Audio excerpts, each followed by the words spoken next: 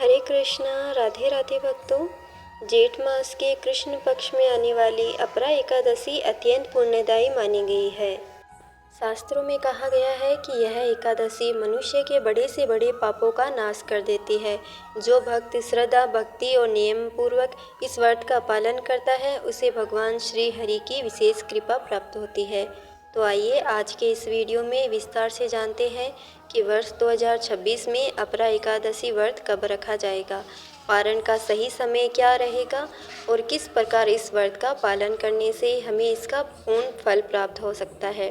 साथ ही इस बार एकादशी के अगले दिन प्रदोष व्रत भी पड़ रहा है, इसलिए हम यह भी जानेंगे कि एकादशी पारण और प्रदोष व्रत दोनों का पालन एक साथ कैसे किया जाएगा।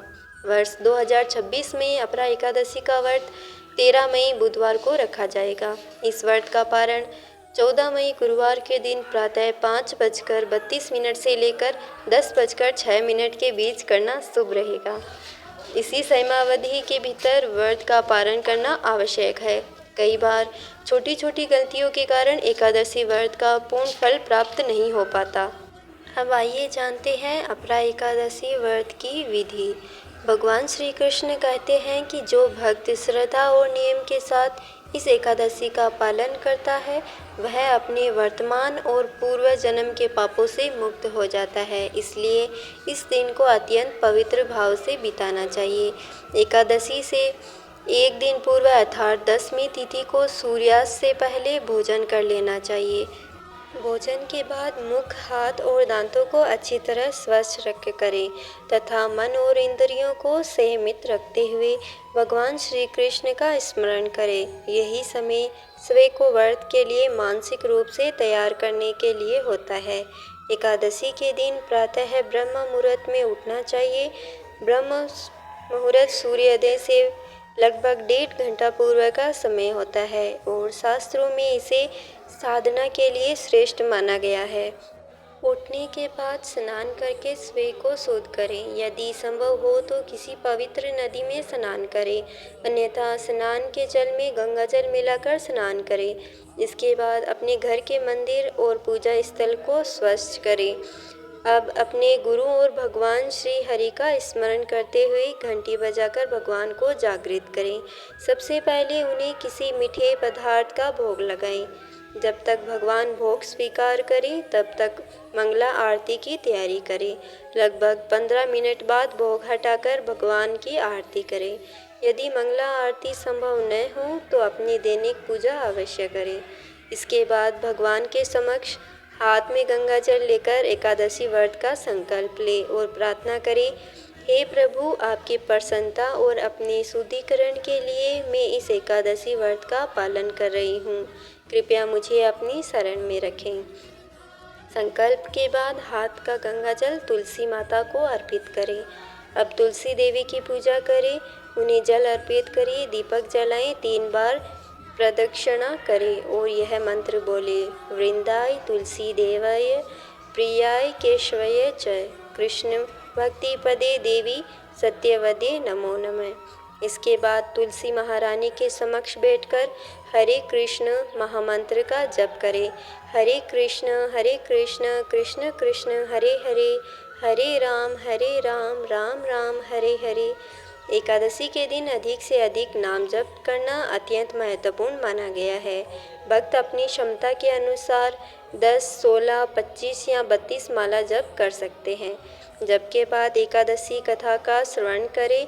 कथा सुनते समय भगवान श्री हरि का ध्यान करें और मन को एकाग्र रखें। इसके बाद दिन में श्रीमद् भागवत और भगवत गीता का पाठ करना अत्यंत शुभ माना गया है, क्योंकि भगवान की लीलाएं भागवत में और उनकी शिक्षाएं गीता में वर्णित है।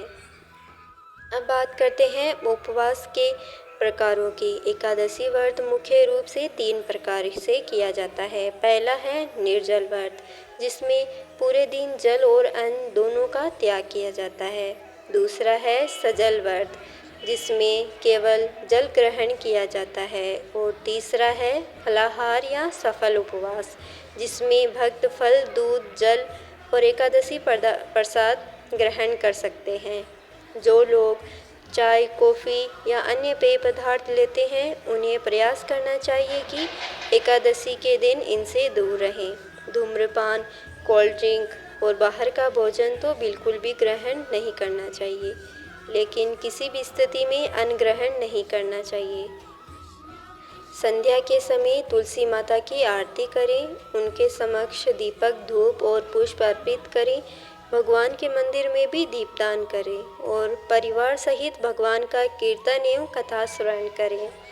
शास्त्रों में एकादशी की रात्रि में जागरण का भी विशेष महत्व बताया गया है।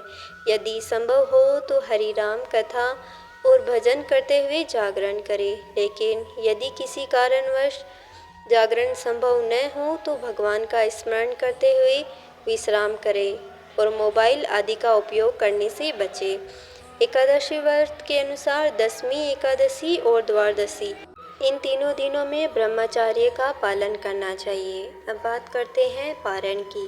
द्वादशी तिथि में निर्धारित समय के भीतर ही व्रत का पारण करना चाहिए। इस बार कई भक्तों का प्रदोष व्रत भी रहेगा, इसलिए दोनों व्रतों का पालन कैसे करें यह जानना आवश्यक है। ऐसी स्थिति में पहले एकादशी पारण की विधि पूर्ण करें।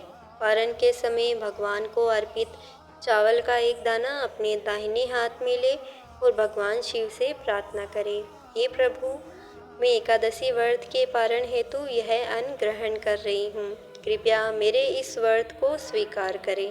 इसके बाद उस एक चावल के दाने को ग्रहण करके आप एकादशी पारण कर सकते हैं और फिर प्रदोष व्रत का पालन यथावत जारी कर रख सकते हैं। यदि किसी घर में सूतक हो, चाहे जन्म हो या मृत्यु का, तब भी एकादशी व्रत रखा जा सकता है। बस पूजा पाठ न करके केवल उपवास, महामंत्र जप, कथा श्रवण और भगवत गीता का पाठ करना चाहिए। तो भक्तों, यह थी आने वाली अपरा एकादशी व्रत की संपूर्ण जानकारी। आशा है यह जानकारी आपके लिए उपयोगी सिद्ध होगी और आप श्रद्धा एवं नियम पूर्वक इस व्रत का पालन करके भगवान श्री हरि की कृपा प्राप्त करेंगे। यदि आपके मन में अभी भी कोई प्रश्न हो तो हमें कमेंट करके अवश्य बताएं। वीडियो अच्छा लगा हो तो हमें लाइक और शेयर करें। यदि पहली बार हमारे चैनल पर आए हो तो चैनल को सब्सक्राइब करके बेल आइकन ज़रूर दबा लेना। हरे कृष्णा, राधे राधे।